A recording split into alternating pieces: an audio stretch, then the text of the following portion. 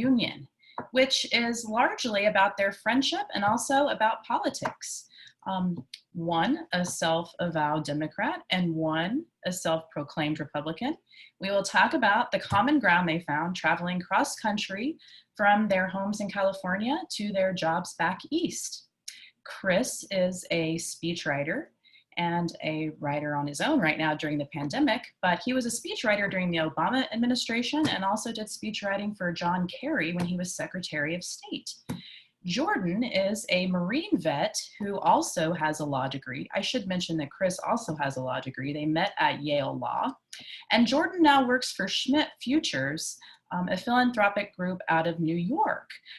We're going to hear from these guys, and then at the end we'll have a question and answer session. So if you do come up with a question while they're speaking, please just type it in the chat and we'll attend to it at the end. All right, Chris, Jordan, thank you so much for joining us tonight. Take it away. Well, thank you very much. It's really great to be here with everyone. We actually had a chance to drive through Albuquerque on one of our journeys, and we didn't get the chance to stop, but I do remember the hot air balloons and the Christmas chili a little bit further up the road. So it's very good to be here. And yeah, I'll throw things over to Jordan.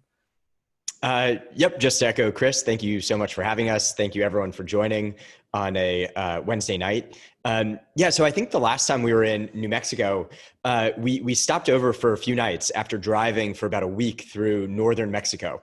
We were going in and out of border towns along the way. And we stopped in Santa Fe. My aunt lives there, so we were going to crash with my aunt. And somehow we ended up going to the Santa Fe Opera House for a showing of Candide. And on these road trips, we certainly don't pack for the opera. So we were quite the scene when we showed up in our what Chris calls our road trip chic, which we got a lot of laughs over. Yeah, so tonight we don't have a moderator, so Jordan and I are going to try something a little different. We're going to just have a conversation between the two of us. We're going to do some readings, which we also have not done publicly, so this will be a lot of fun, and then we'll field questions from there. Yeah, I think that's our plan. Jordan, do you want to kick us off? Yeah, sure. But before we jump into the book, we did want to say one quick word about where we are right now as a country. Why does any of this matter? 4 years ago, when Chris and I first started this project, we were dismayed by the division we saw all around us, like so many other people in the country. And we couldn't imagine that today, in the midst of a global pandemic, that things could somehow be even more polarized. With the election approaching and all of us stuck indoors, it's hard not to be very pessimistic about the future of the country. And every day we're flooded with stories that reinforce that narrative on social media and in the news. But on the road, we found something different. We found a different narrative, and it was driven home to us by people we met on the road and the life stories they shared. And despite the deep challenges we face, they showed us that there is something that still unites us. And that gave us something that is pretty rare today. It gave us hope. And that's what this book's about, even today. And that's what we're going to share here tonight. Yeah, and it's amazing, you know, when we got out on the road, when we have a chance to talk to everyday Americans and tell them a little bit about this project, about our unlikely friendship and what we've done to cultivate that friendship, we often hear, wow, like that's very exciting. I would love to hear a book like that. I don't like the direction this country has gone in terms of the division. I'd like to be able to understand the other side, and or say something along the lines of, you know, I'm a Republican and I live surrounded by Democrats, or vice versa, or I have a cousin who I grew up with and was my closest friend, and now we can't talk about anything anymore. I can't wait to take a look at your book. And so what we've noticed is that there's this big difference between the way people express what they want out of this country and also what they see in the media. Not that long ago, we were talking to someone who used to run a newspaper, and he said, look, the honest truth is that negative stories outperform positive stories 8-1. And so simply by being here tonight and maybe reading Union and going forward with messages of hope or optimism, hopefully we'll start to reverse that trend. Great, which brings us to the start of this book. And the backstory is Chris and I met in 2015 at Yale Law School. We were both leaving organizations that in our minds put country before party. I had just left the Marine Corps. Chris had just left the State Department. And we were very different. I think it was evident by our haircuts. I've now learned the term man bun, which is what Chris sports. And I still cut my hair like a Marine every week. And we struck up this great early friendship where we talked about things like books and philosophy and what we wanted to do with our lives. And we found that there was a deep connection early on. But as we got closer to the 2016 election, we found that our conversations just kept breaking down. We would start off an evening having a good chat about, the normal things we talked about. And somehow it always wound up coming back to Hillary or Trump. And those conversations broke down with one of us walking away red in the face. And at the end of that first school year together, I had to be in LA for a summer job. I wanted to drive across the country. And one night, sort of on a whim, I smacked Chris on the chest and said, "Hey, do you want to go with me?" And immediately regretted it, realizing that I would actually have to spend 7 days in a car alone with someone who was frankly a new friend and one I knew we didn't share politics. But we ended up taking the trip. And on that first trip, we drove along the northern route. And we found that the country is just so beautiful when you see it from the road. It's hard not to just be in awe of the sheer natural beauty. And we were also able to have time and space to take our conversations to a much deeper level and to understand what the shared values were and experiences that informed our views, even where we disagreed. And coming out of that trip, we decided that there was something special about the road, and we had to get back out there to find it. But yeah, that first road trip really was a lark. We did not leave with any sort of intention of writing about it. And as Jordan said, as we went, we sort of said, wow, there might be something here. So we decided to take a second trip. And on that second trip, we drove from the Bay Area across the Southwest to Phoenix, Arizona to attend a Trump rally. It was a little bit by happenstance. We were down there. We got wind of it. We decided to go. Oddly enough, it was my idea. Jordan thought it was a great one. And then I immediately started to regret one of my decisions, which was to propose this. But we went, we ended up in the rally itself and of course outside the rally as well. And if you recall the rally from Phoenix in 2017, there was quite a bit of violence outside. But Jordan and I came away with two thoughts. One, we were amazed by how much we saw through one another's eyes or through the same set of eyes.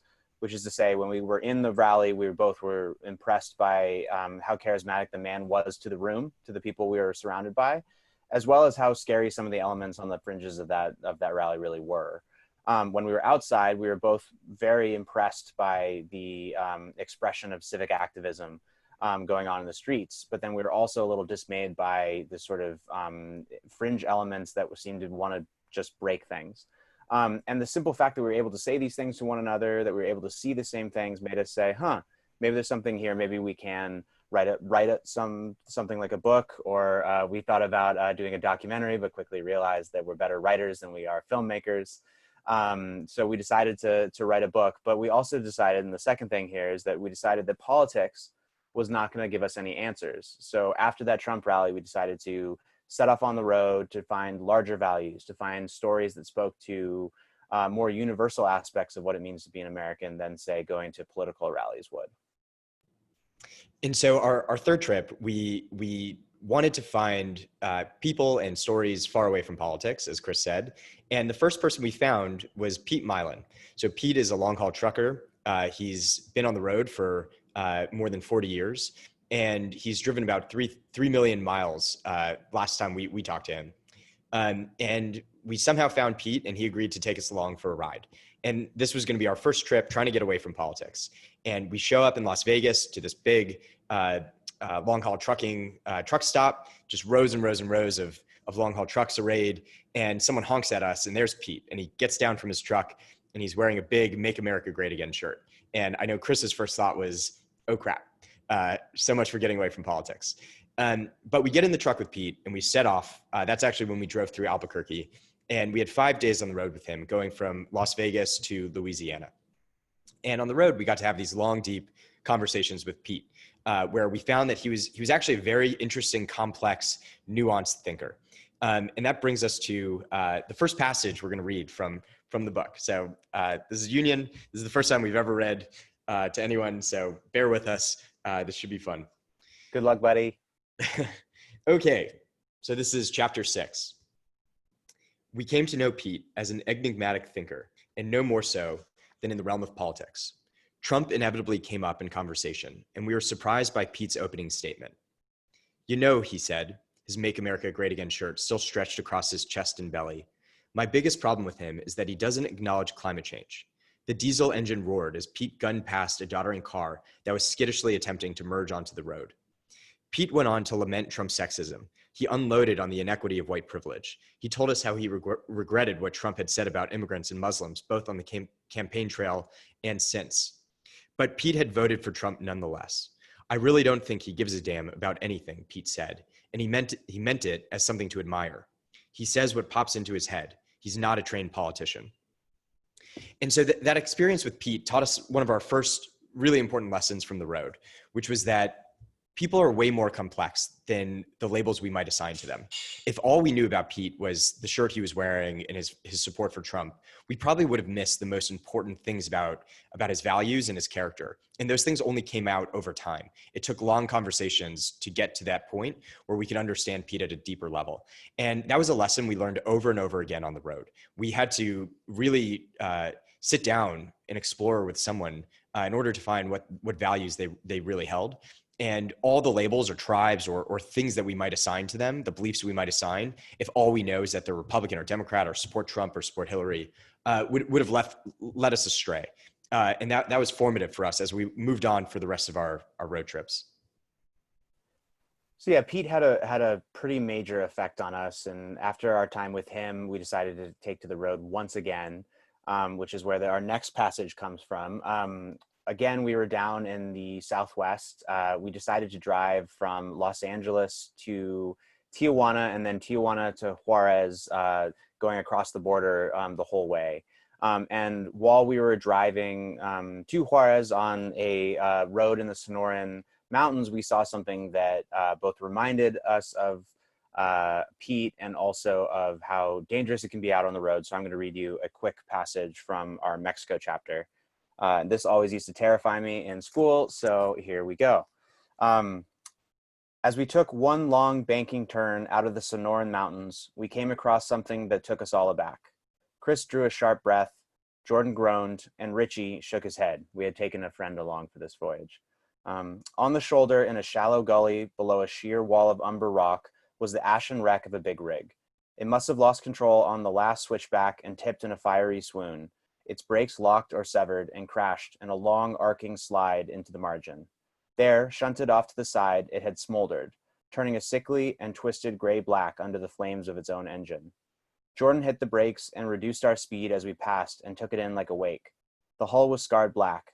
The cab was crumpled in on itself. Glass was flung everywhere in a savage halo. Landed square on the cab, Jordan said. Driver's side, Chris added. Perhaps it was the smell of the burned steel coming off the midden, but the odor of Pete's Pall Malls occurred to both of us as we solemnly passed the remains. So the reason I wanted to read that is that this is also, this book is both about America and the people we met along the way, and it's also about a friendship. And it's not just about a bipartisan friendship. We also had very different worldviews as we left on our first road trip, which is to say, in many ways, this is a story about an optimist and a skeptic taken to the road. So Jordan was pretty convinced from day one that everywhere we went, we would see positive signs, that we would see signs of America's goodness coming through. Me, on the other hand, I was a little bit more worried about what we'd find on the road. I think it's impossible at that time to be a journalist and reading some of the headlines in places like the Times and the Post and not worry about seeing the opioid epidemic or the various kinds of inequality that our country faces. And so, you know, we kept an eye out for both of those philosophies, both the evidence towards both of those philosophies while we were out there. And oftentimes we would see both. You know, we would see the violence and the problems, but we'd also have these experiences, these enriching experiences like we did with Pete. And we ended up on a message of hope, but it took us a very long time to come to that conclusion. And it's a conclusion we'll get into in a little bit. Yeah. So, you know, one of the consequences of having different worldviews is that Chris and I would often fight about different issues in American life and about American politics. And early in our journeys, those fights sometimes got out of hand. We didn't yet have the foundation of trust or the tools to navigate them properly. And every once in a while, we really wounded each other. And we showcased one of those fights in chapter 5 called Mono Lake. And we were driving through Nevada at the time.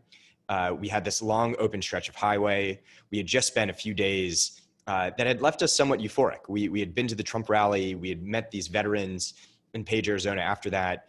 And we had seen the same things over and over and over again. And we were sort of in awe that two people with very different worldviews could see the same thing on the road. And it made us a little more confident in expressing our political opinions, maybe more so than we would have been, given that we were still relatively new friends. And that led to this all-out fight we had on the road where we really wounded each other. We had some ad hominem attacks. The fight spiraled out of control, and we stopped talking for a long period of time, for probably about an hour. And we were finally able to overcome the feelings. And a few hours later, the reconciliation began. And so this next passage shows us beginning to reconcile. Our fight had brought us right up to the edge, but we survived. The two of us had wounded one another, and the venom lingered, yet we had begun to heal, and as we walked away from the lake, our arms and faces crusted in invisible layers of salt that pulled our skin tight, we could smile again. We even shared a basket of fried food at a lakeside dive bar just up the shore, where we left wet marks on the canvas deck chairs. Soon we were back on the road, driving along the highway grade up the face of the Sierra Peak that shadowed the lake in the late afternoon. "Look, man, I really love you," Chris said, always quick with the word. "I trust you with my life. I'm sorry for getting so angry." "I love you too, brother," Jordan replied, "and I'm sorry as well. I know I got too aggressive." And that was it. The words flowed off our tongues with relief. We had found our way back to the table to try again. Closure has its own mythology. Neither of us had convinced the other of his rightness, but friendship isn't predicated on perfect symmetry. There are greater forces at work than politics, no matter how definitional our chosen sides may feel. We had returned because disagreement isn't anything to run away from. It can be a virtue. Both of us hoped we would be able to prevent it from tearing us asunder. Both of us hoped it would continue to teach us all the same. As long as we listened, we can make each other better. Yeah, and that was a really formative fight for the two of us. Not just because we saw the depths of how badly we could hurt one another, but also because we could step back from them, and that we could learn to have that conversation, and we could learn to get along. And after that, we sort of were able to build up calluses, but also build up a language. And so I was going to read one more paragraph from this conversation before I say the last thing I want to say about Mono Lake. Throughout our journeys, we would often reflect on how fragile common ground can be. Had we not been in a car together, we might have walked away. We recognized there was a limit to how we could argue, and it was important to understand where that line was. It showed us that our friendship was not something that could be taken lightly or for granted. We had a responsibility to each other, to respect its bounds, to tend to it, and where we could, to strengthen its resilience. That realization made it even more essential to do these trips, to solidify our friendship despite our different values and priorities. Yeah, I mean, the last thing I'll say about Mono Lake is that trying to find common ground is difficult. It's messy, and we think it's worthwhile. But one of the reasons why we wrote Union the way we did is because we didn't want people to think that this was easy, that some people just have this come to them naturally. To talk about issues that are important, that often trigger deep emotional experiences, traumas in some cases, is very hard. And you can, even two very close friends, at that point we were much closer, can really hurt one another and can really come very close to the edge of not being friends anymore. But still coming back to the table, that's very important. And we think it's very, very worthwhile. So that takes us to some of the lessons we learned on the road from our conversations about how to engage across the aisle with people you care about. There's an interesting statistic that 14% of the country lost a friend or family member over the 2016 election. And unfortunately, I don't think things have gotten better. So, as we come up on the next election, we imagine it could get worse. And we hear over and over again people telling us how hard they struggle with friends or family members who have different politics, and they can't seem to have meaningful or good conversations. So here's some of the lessons that Chris and I learned. First, when you enter into a conversation about politics, if your intent is to win or to convince the other person, the conversation's probably not going to go well. So our first recommendation is to get away from political point scoring. Don't try to convince the other person, but to enter the conversation with the intent just to listen and to be enriched. We found that when we entered conversations to try to understand better where someone was coming from, to understand their values, that we were able to have a much deeper conversation because we actually listened to the other side. When you are attempting to point score to convince the other person, you don't actually listen. You're just waiting for your turn to make your point, and whatever the other person's saying doesn't actually enter. And so recommendation number one is listen and don't engage in the tit for tat. So number two is to start by identifying the values we share. So often when we have political conversations, we focus in on the personalities. We can argue about Mitch McConnell and Nancy Pelosi, or we talk about how the Republican Party does X and the Democratic Party does Y. And unfortunately, that takes us away from the deeper values that we probably share and moves us very much into the realm of this is my tribe, that's your tribe, and therefore we must be enemies. And then we're going to argue about who's the worst tribe. Instead, when Chris and I decided to try to find the shared values on any given issue, we were able to have a much better conversation because we realized we actually shared the same values. We might just have different views on how to prioritize them or what the underlying facts are that led us to our certain positions. So as an example, we talked a lot about election security in the country, what to do about things like voter ID laws or access to the polls. And if we had that conversation around our parties, it broke down. But when we talked from the position of, what are the two things we cared about, we realized that we both actually cared about electoral security. We wanted to make sure that the electoral process was safe and secure, that the right people were voting, and that interference by outside actors like Russia couldn't actually interfere with our electoral process. And then we also both cared about access. We wanted to make sure that as many people as possible had access to the voting booth and that there weren't unfair barriers that might keep someone out. And from that position, we could get to some very common sense solutions for how we could do both those things. And we had no disagreement there. And so number two is start by identifying the values we share. And then number three is to try to speak from identities other than our parties. So, we all have many identities that we hold, some more important than others. So being a Republican is certainly one of my identities, but I'm also Jewish. I'm a Marine. I'm from California. I care about certain values, and those things inform my identity. And when I speak from something like being a Marine or being Jewish, that's much easier for Chris to accept than when I do as a Republican.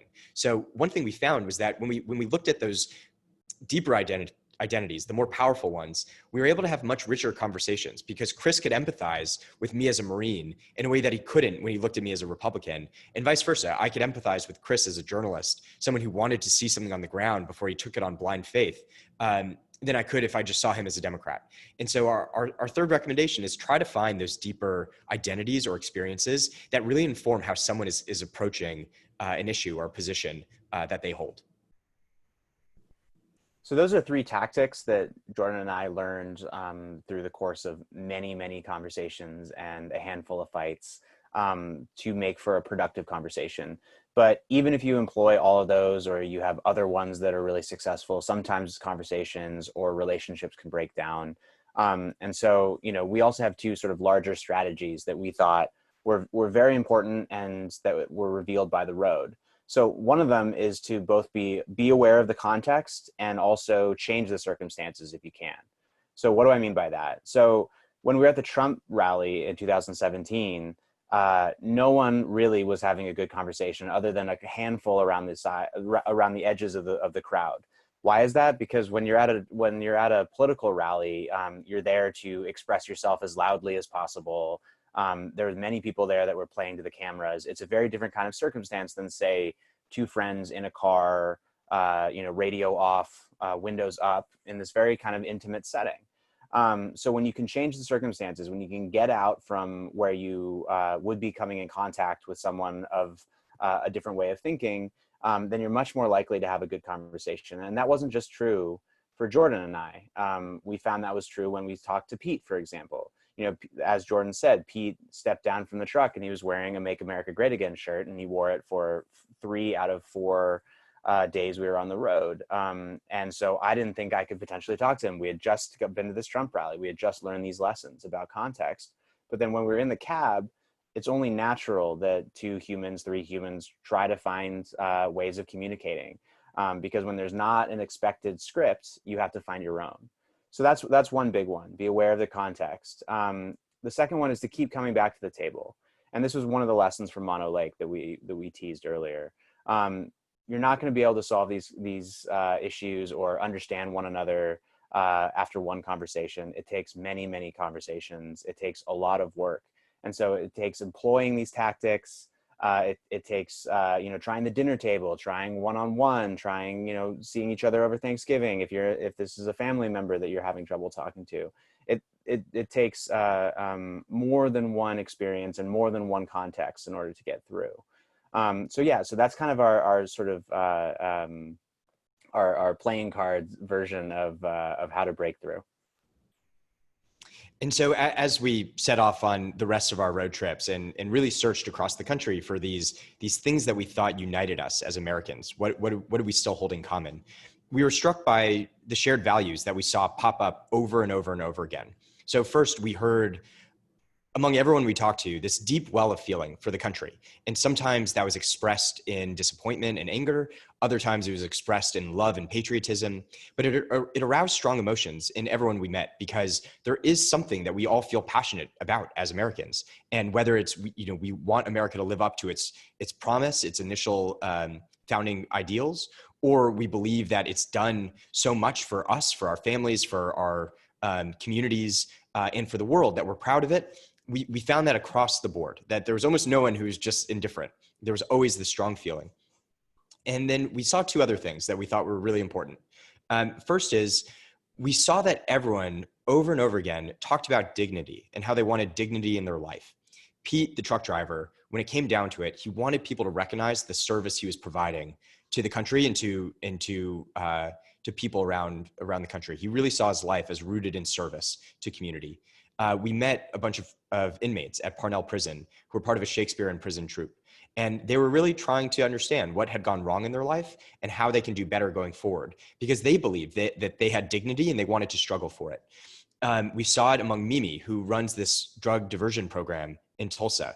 And the big thing she was teaching the women going through the program was how to have a sense of dignity again, and how to take responsibility for their lives.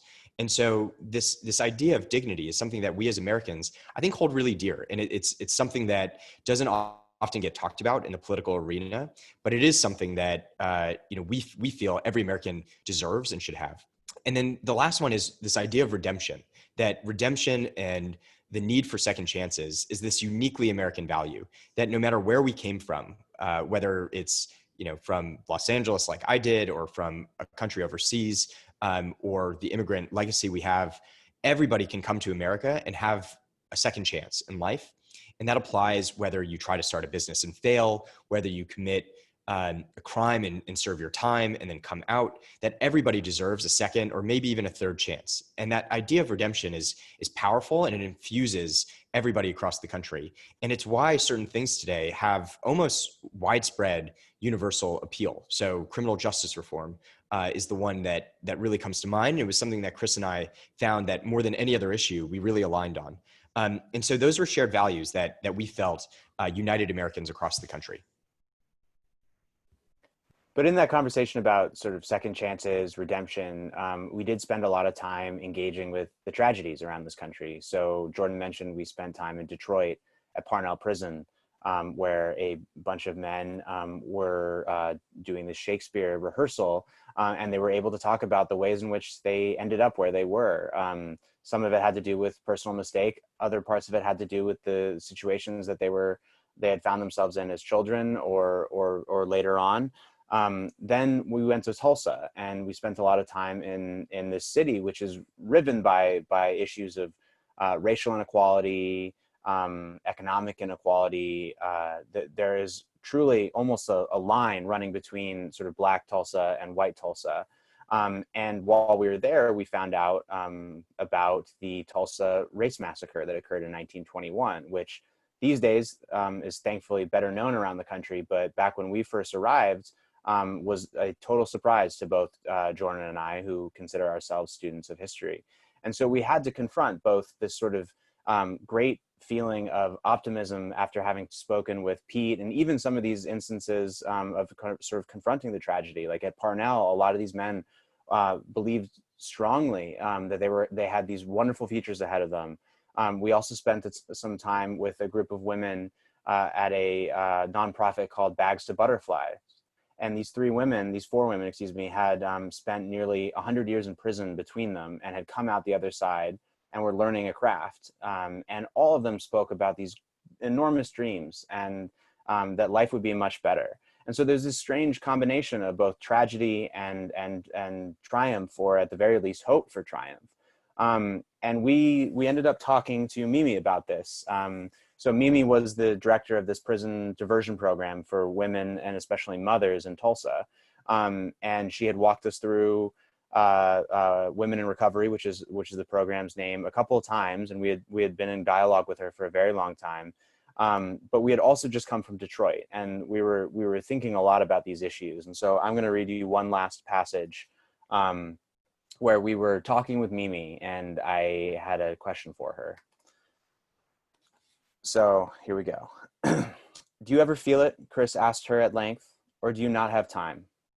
I don't really have time, she said, understanding what he meant. I guess I asked, Chris continued, because when Jordan and I were in Detroit, we heard these stories, the stories of the men at Parnell and the women who served all that time, nearly a century, and we had just come from seeing you. And well, we got to Vermont, and we didn't talk for hours. I'd wake up and feel refreshed and then fall apart again. Jordan would tell you the same thing. And it wasn't for a few weeks that we could articulate it. We felt this responsibility, this trauma. Well, that's not right, but some kind of vicarious trauma. Chris paused. And maybe it was because we weren't doing much about it, he said, but it stuck with us. That pain lingered. I think it probably still does deep down somewhere. That's what I want, Mimi said, as a peal of thunder rattled the walls. I want legislators to feel that. I want them to bear it and take it with them. That's why we tell stories. No amount of numbers can accomplish that. I can talk to them all about that recidivism this and average that, but the stories and that nagging feeling are what makes someone do something. But it hurts, Chris said, and maybe it should, said Mimi. So yeah, so the reason I wanted to read that passage is because our conversation about hope really starts with a conversation about where we've been as a country and where we can go. If we can't talk about our scars, our ongoing issues, then hope is untethered from reality. And so if we're going to be hopeful, we have to have that conversation. And we not only learned that with Mimi, but we also learned it at the Greenwood Cultural Center in Tulsa as well, which is a group that is trying to remember and push out the story of the 1921 race massacre so that people, and especially Tulsa, can be aware of it, can learn from it, and can try to build a better future. And so between Mimi and Jamal, a pastor who is running that program, and others in Tulsa, that's where we really started to sort of define hope for ourselves. And that's where we end. And to finish up, the thing that Chris and I ultimately found common ground around was this idea of hope. We both saw the same things on the ground. We saw the things that were beautiful about the country and healthy and vibrant, and we saw the things that were not, the areas of American life where things really did fall short of our ideals. And what we came to was that the promise of America is that we have these lofty ideals. We always have. That was our founding story. But we've always fallen short. And the struggle is to work together to keep perfecting the union, to work together to solve these problems. And we might never get there. We might never be perfect. I'm sure we won't. But each generation is tasked with remembering those ideals, struggling together to make them real in our lives, and figuring out what they mean in our current generation. And that gives us hope, because it means every one of us, every person across the country has a part to play in helping move us forward and finding that common ground and making life better. And that has left us hopeful. And so, I'll kick off the first question as we turn to the audience and ask Chris, are you still hopeful? Yes, great question. The answer is yes, we are, and I think I can answer for both of us, but Jordan might want to weigh in as well. And the reason is, we define hope as something separate from optimism. We define hope as an active desire to change the future for the better. We think optimism is the belief that things will change in the future. And so, are we hopeful? Yes, because of the people we met along the way, mainly. Whether that's Mimi, whether that's Jamal, whether that's the men in Parnell, including Gabriel, this really soulful, amazing poet who had been through so much and was so convinced that life was going to be better and that he was going to make it so. And it's those people, those doers that we met along the way that continue to give us hope. And you see that spirit even in this very terrible moment with the pandemic and the tragedy of the murder of George Floyd. You see people taking to the streets or staying home, and both of those are an expression of hope. And Jordan and I have watched from afar, and both of us say, look, this is exactly what we saw out on the road, and it's just going to be that much more necessary to be hopeful going into the future. Jordan, do you have any thoughts on hope? No, I think you said it all. Let's get to some questions. All right. Does anyone have a question that they'd like to pose to either or both of these gentlemen? If you'd like to type it in the chat, feel free. You can also raise your hand. I think we're small enough. I can unmute you if you'd like to speak to them directly. I have a question about dignity. That really struck me what you said about that and how that was a common thread that you found, that everybody wants that. And my question is, how do we promote that? How do we reacquire that? How do we rejuvenate that when the larger political process and especially campaign seasons seem to veer away from, if not totally lack, dignity? Yeah, that's a great question. I think there's a few elements to it. One, I think there's a way in which we can talk about each other. So people across the aisle or people from different life, often what we see about their lives is just through a microscope. When we went to go see Pete, all we really knew about the long haul trucking industry was that everybody's talking about it going away because of AI and automation and how they're superfluous and we'll all be out of jobs soon.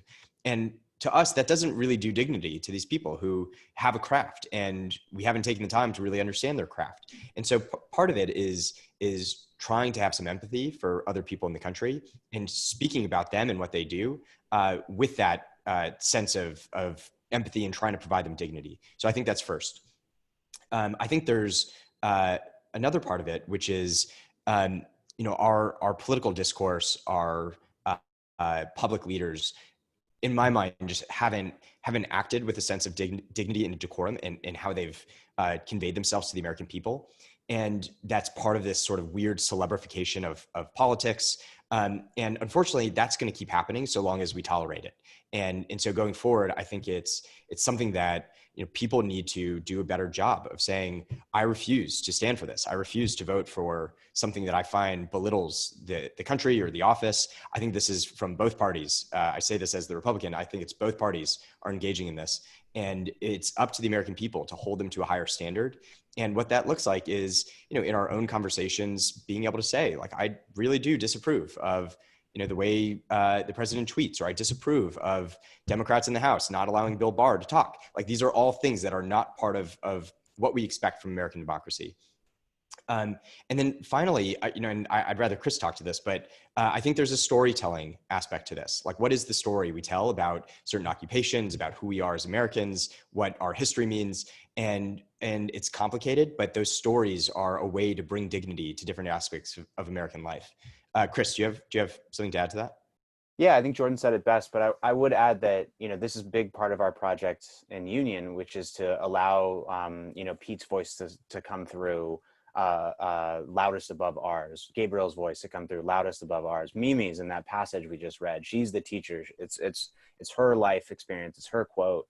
And I think that is the sort of the most we can do, Jordan and I can do as authors and travelers, to try to help kind of not bestow, but help reveal the true dignity of the people we met out on the road, and hopefully bring it back to people who might not see people like Pete every day. You know, truck drivers are crisscrossing this country every day, delivering goods. They are essential to our daily life, but we don't always hear from them unless you pick up a book like Union or you have a chance to hear these stories. And so we care deeply about getting what they're saying correct, getting to the emotional truth of it, and then bringing that back in this medium, this book medium. Can either or both of you speak to how your individual backgrounds helped you garner that sense of respect and empathy for people that were different than you? We've talked about that in vis-a-vis your relationship with each other, but would you like to talk about, say, how the Marine Corps might have helped you with that, learning about different, people from around the world or whatever it might be? Yeah, absolutely. So the Marine Corps, to me, is this incredible organization that takes 17 and 18-year-olds from across the country. They come from every different background, every different region and culture. And when they show up, the sort of honest answer, and many of them would say this too, they are kind of screw ups. They get in trouble a lot. They don't know how to follow the rules. They don't really have that much discipline. And over the course of 3 months, the Marine Corps turns them into incredible individuals with a sense of honor, discipline, courage. And then we send them overseas into the most dangerous environments imaginable. And these young Americans do incredible things. They risk their lives for people they've never met. They go outside the wire day in, day out, braving things like IEDs and ambushes in order to serve a mission for the country that we've asked them to do. And it's hard to see Americans doing that day in and day out and not have this sense that there's something incredibly special about the American people. There's not much that separates, the 17-year-old who goes into the Marines and the 17-year-old who goes into truck driving, or the 17-year-old who decides to devote their life to education or social work or some other occupation. It's the same people. And to watch them do that and rise to these levels that are frankly heroic, it's hard not to have this deep sense of what the American people are capable of. And I think I took that out on the road with me. And it's why I was so optimistic when we first set off. Yeah, in a parallel example, I would point to my time at the State Department, where there was this ethos of diplomacy above all else, which meant that as speechwriters, we were encouraged to quote Kennedy and Reagan in the same speech if the speech called for it, which is to say that there was a larger American ideal that we were grasping for, no matter where we were or who we were talking to, and that was sort of what predisposed me to sort of believing these ideas that became so crucial to Union, like this country is an experiment, that we must perfect this Union, that we have these ideals, these values that we espouse, but that we haven't necessarily always lived up to, and we need to go out there and find them. And so it was that sort of that larger mission of diplomacy that we tried to aspire to, that I think sort of separated, or not so much separated, brought us all together. I mean, there was often diplomats who I worked next to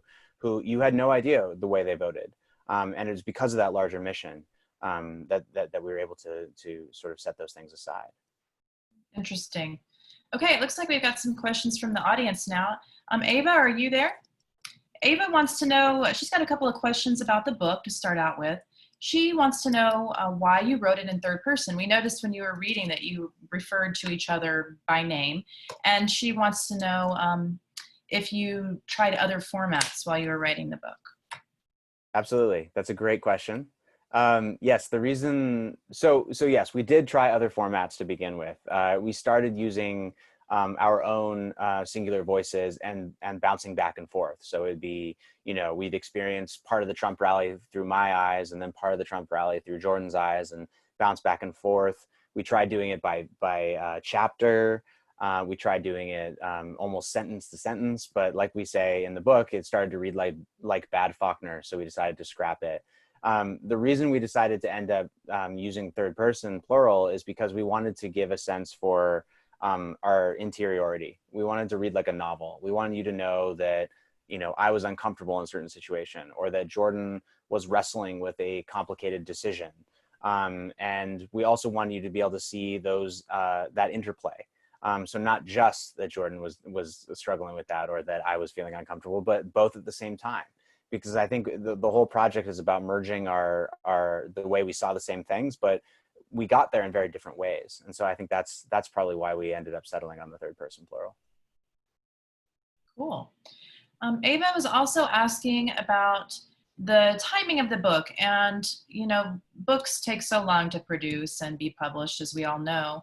I'm wondering if there's anything that you would change, add, or redact in response to the events of the last 4 to 5 months, I guess being pandemic, Black Lives Matter. I mean, so much has happened just in the last 4 or 5 months. Do you two have thoughts on those things? Yeah, I mean, I think one thing that has sort of amazed both of us is that the things we were fighting about back in 2015, 2016, and the issues we discuss in the book, especially the first third, have come back up in kind of full force and greater loudness than even then. And so we're sort of amazed by how timely and relevant a lot of the issues still are. We were planning on getting back out on the road before the book tour, and getting to sort of tell another story about the country right before the book actually came out. And of course, the pandemic kind of foiled our plans. But I don't think I would add anything to it. I think it really captures exactly what we saw and all the issues that are so relevant today. I think once the pandemic ends and we're able to get back and travel safely, I think Chris and I will be excited to get back out on the road and see how the country's changed. But for now, I don't think there's anything I would want to add. Chris, what would you say? Yeah, I mean, I would love to write an addendum. I agree with Jordan that I like the narrative that we told, the way it begins, middle, and continues through to the end. But I would like to, and we were planning on doing this. We were planning on going to Idaho and visiting actually a police officer who pulled us over in 2016, who we went and tried to find again in 2019. And I won't give away how it ends, but I'd be very curious to not only talk to him about what's going on, but also get into those larger issues. Maybe go back to Tulsa, maybe go back to Detroit, because I do think that things have started to reveal themselves in a whole new way in terms of the depth of experience of people in this country, and how they experience the criminal justice system and policing, and that's true of both police as well as the communities in which they're policed. I would want to keep talking to both groups, because as a journalist, I think it's very important. But no, I kind of like union. But I would say though, I would like to add back some lines. So there were some times in our fights where we sort of pulled punches in the writing of them. And I think it was in part for self-preservation. I know for a fact I did at certain points. And I think a big part of the book is being able to say, you get things wrong, you say the wrong things, and you can hopefully get that second chance that we've been talking about. So I think that's what I would add back in. Speaking of the title, Elsa wants to know what the process was with you all coming up with the title, and maybe you had a lot of input with the publisher, maybe not. It's a great title. Was it your first choice? Great question. I think initially we were playing with a bunch of different titles. They were all pretty horrible. Some of them had like road themes. So I think at one point it was like changing lanes or in the other lane or something like that. And then we started playing with a bunch of other ones like Brothers Such as This, and plays on books that Chris and I both loved. And then we kind of entered into the idea of using union in the title. And we were always trying to find a word to go before it, like finding union or searching for union or whatever. And then one day Chris called me and said, hey, what about just union? It's clean, it's poetic, it's beautiful, it's evocative. And I think I sat with it for a minute and said, yeah, I think I agree. And so that's how we found the title. Very cool. I like it. Chris, do you have anything to add to that? No, yeah, that we like the simplicity of it, but it took a very long time, and we went through some very bad titles. I would add Merging Lanes, I think was another one that we considered. Yeah, that we could go all day with some of the ones that I we think we metaphor. tried. Ay, ay, ay. Okay, Ellen wants to know, how would you teach hope to high school students who feel the odds are stacked against them?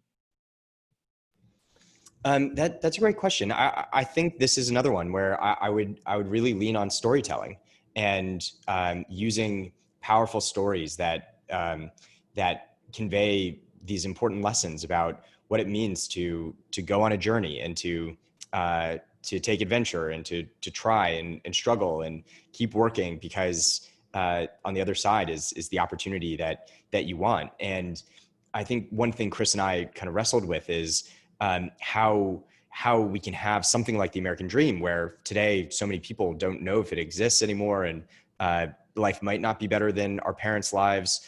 And yet dreams are always aspirations, and we have to believe it's possible, but also that we might not get there. But even in not getting there, there's still things to be gained. And so I think the best way to do that is through stories. We have so many great archetypes and examples from American history and from all different sectors. And so I think using those stories to show that, it's there for you if you want to go after it. It doesn't mean it's not going to be hard. It doesn't mean there's not going to be tons of barriers along the way, but every individual has the chance to take up that adventure. Chris, what would you? I bet we have different opinions on this. So what would you say? No, well, no, absolutely not. I love storytelling. You know that. I would also just I would underline the point of history. I think that there is a lot of hope in our history. I mean, we got into how on the road the scars are inevitable. You're going to come across our difficult, our broken places in this country, our mistakes. But you also, every step along the way, and especially close to those broken places, you find hopeful people. And someone who's been in from our now history, sadly, who's been on my mind quite a bit lately is John Lewis, who's one of the most hopeful individuals of all time. Martin Luther King, FDR. I mean, throughout our history, there have been people speaking to hope and living lives of hope. And I'm probably showing my love of the discipline here. I was a history major in college. But I really do think there's something there, and it's a way to show and not tell it, because there's nothing more hopeful than seeing someone live it and then reading their words. I just have, I Sorry. have an if you all will entertain it. This just came to me in thinking about history and how just how history is written, how it's presented, whose side gets told. I grew up in Oklahoma, and we had Oklahoma history in ninth grade, and the Tulsa race riots were maybe a page in the textbook and framed as a riot versus the massacre that killed upwards of 300 people. And I've been to Tulsa too. I've seen the train track that literally separates Black neighborhoods from white. Just wondering if you have any insights on how books like yours can help contribute to our American history, these personal accounts. And also, as kind of a larger question, what kind of privilege did you all see as white men traveling across the country, being able to tell these stories, being able to have your book published? Could you talk a little bit about that, and if you have any thoughts on that? Historiography, I guess. It's kind of a boring, nerdy question.